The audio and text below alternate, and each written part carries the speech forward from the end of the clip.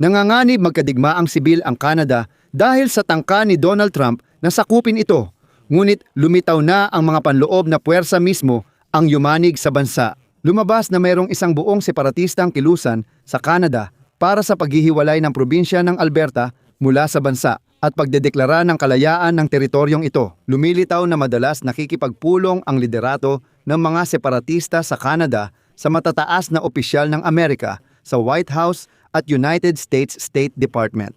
Maaaring suportahan ni Donald Trump ang separatistang kilusan para magsimula ng digmaang sibil sa Canada. Dito nagsisimula ang pinakamapanganib na bahagi dahil patuloy na nilalabanan ni punong ministro Carney ng Canada ang mga bagong taripa ni Donald Trump. Inanunsyo ng mga lider ng separatista ang plano nilang magpatupad ng limitasyon. Lumapit sa pamahalaan ng Estados Unidos, partikular sa kagawaran ng pananalapi, upang humiling ng credit line na nagkakahalaga ng $500 bilyong para sa pagsipi ng suporta sa paglipat tungo sa malaya at independenteng Alberta. Lalo itong delikado dahil gusto ni Donald Trump isama ang Canada sa Estados Unidos. Sa episode na ito, tatalakayin natin ang sitwasyon sa Canada at ang panganib ng separatistang kilusan na sinusuportahan umano ng White House. Ako si Alexi Pechi. Tara't pag-usapan natin ang paksang ito. Pero bago tayo magsimula, hinihiling ko na mag-subscribe kayo sa channel na ito, i-like ang episode na ito at mag-iwan ng komento sa ilalim ng video na ito. Mag-subscribe din kayo sa aking Telegram channel na Pechi News. Makikita ang link sa description ng video. Dito kami agad nagpo-post ng balita kapag may bago. Kaya, panibagong sigalot sa teritoryo ang gumulo sa relasyon ng Estados Unidos at Canada.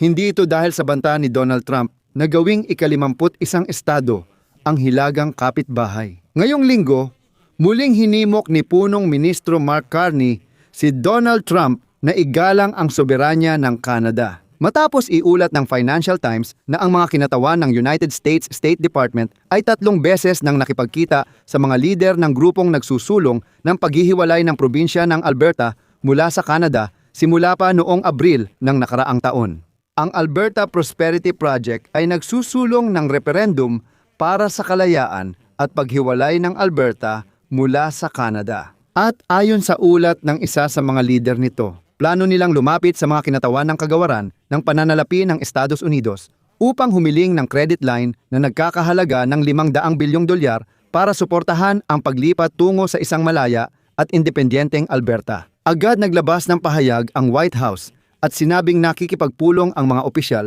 sa iba't ibang civil society group. Walang suportang ibinigay. Gayunpaman, nagdulot ang mga ulat na ito ng bagong galit sa Canada na nais ipakita ang pagkakaisa laban sa mga taripa at banta ng administrasyon ni Trump. Halimbawa, inihalin tulad ng pinuno ng British Columbia na kalapit probinsya ang mga kilos ng grupong ito mula Alberta sa pagtataksil. Pang-aalipusta. Dito muna tayo may dapat ipaliwanag. Ang Alberta ay kanlurang probinsya ng Canada na sagana sa langis at may populasyon na halos 5 milyon. Ang Alberta ay may natatanging pampulitika at kultural na pagkakakilanlan na hinubog ng malalakas na sektor ng enerhiya at agrikultura, paninindigan sa ekonomikong individualismo at medyo mababang buwis. Kung ikukumpara sa ibang bahagi ng Canada, ang Alberta, na madalas tawaging energy province, ay may oil sands na siyang pinagmumulan ng halos 84% ng kabuuang produksyon ng krudong langis sa Canada. Sa politika, kilala ang Alberta bilang bastion ng konserbatismo sa Canada. Pero mas progresibo ang mga lungsod nitong Calgary at Edmonton. Dito nagsisimula ang panganib. Ang punong ministro ng probinsya ng Alberta, si Danielle Smith, ay may magkaibigang ugnayan kay Donald Trump at sa maraming Republikano ng kilusang Make America Great Again. Nakarating na rin siya sa Mar-a-Lago, ang pribadong club ni Donald Trump, habang may banta ang United States na sakupin ang Canada na talaga namang kakaiba. Matagal nang naniniwala ang mga separatistang taga-Alberta na hindi sapat na kinakatawan ang kanilang interes sa Ottawa. Ang pangunahing reklamo ay ito.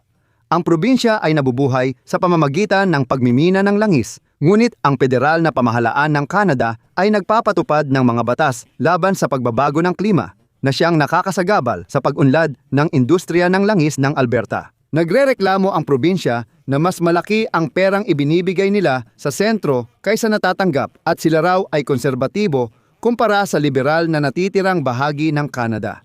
Ngayon, mga liberal ang namumuno sa Canada.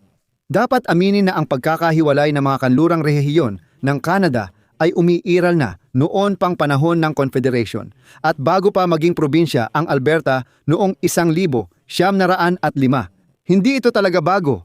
Pero sa makabagong panahon, palaging tumututol ang Alberta sa karamihan ng mga desisyon. Sa Ottawa, ang quarantine measures ng federal na gobyerno dahil sa COVID-19 at mahigit isang dekadang liberal na pamumuno ay lalong nagpabilis sa prosesong ito. At lalo pang tumindi ang emosyon habang nagkaisa ang natitirang bahagi ng Canada sa isang makabansang pagtutol kay Donald Trump. Dito, ang Alberta ay namumukod-tangi. At dito nagsisimula ang lahat ng pinakakapanapanabik. Matapos manalo ang liberal na si Mark Carney dahil sa damdaming kontra Trump noong nakaraang taon, ipinasa ng lehislatura ng Alberta ang isang batas na nagpapadali sa pag-oorganisa ng referendum para sa kalayaan ng probinsya. Malinaw ang sagot, pinili nyo ang mga liberal. Sige, hihiwalay na lang kami. Sa kabilang banda, dapat aminin na ang separatistang kilusan ay walang malinaw na lider o organisadong kampanya. At sa kasalukuyan, wala ni isa sa mga separatistang partidong pampulitika ang may pwesto sa lehislatura ng Alberta. Bakit malaki ang simpatiya ng mga separatista ng Alberta kay Donald Trump at tinatawag pa nilang ika-51 estado ng Amerika ang Canada? Sabi niya dapat sakupin ang teritoryong ito at malinaw na wala siyang paggalang sa bansang ito. Ang lahat ng ito ay dahil sa langis. Si Donald Trump, una sa lahat, ay isang konserbatibo. At pangalawa, siya ay sumusuporta sa pagpapaunlad ng industriya ng langis. Ano pa ba ang kailangan? Halimbawa, noong nakaraang tag-init sa mga rally sa Alberta, makikita mo ang mga slogan ng Make America Great Again. Pero ang nakasulat ay hindi Make America Great Again, kundi Make Alberta Great Again. Ibig sabihin, gawin nating dakila muli ang Alberta. At mula noon, parami ang mga ganitong balita na lumalabas. Halimbawa, may dalawang magkaparalel na kilusan. Isa'y nais gawing malayang bansa ang Alberta at ang isa'y gustong maging ika-51 estado ng Estados Unidos. Pinapalala pa ng mga opisyal ng grupo ni Donald Trump ang ganitong damdamin. Noong nakaraang linggo, sinabi ng kalihim ng pananalapi ng Estados Unidos na si Scott Bessent na likas na katuwang ng Amerika ang Alberta. Narito ang sipi. Malaki ang yaman ng mga taga-Alberta. Sila ay independyente at narinig kong posibleng magka-referendum sa lalong madaling panahon. Gusto ng mga tao ng soberanya tulad ng meron sa Estados Unidos. Hindi kailanman papayagan ng Canada ang Alberta na magtayo ng pipeline ng langis papuntang Karagatang Pasipiko. Sa tingin ko dapat nating payagan silang maglatag ng pipeline papuntang Estados Unidos ng Amerika. Ngayong taglagas, may balita na maaaring magkaroon ng referendum kung dapat manatili ang Alberta sa konfederasyon. Paalala ko lang, huling nagkaroon ng ganitong referendum doon noong 1995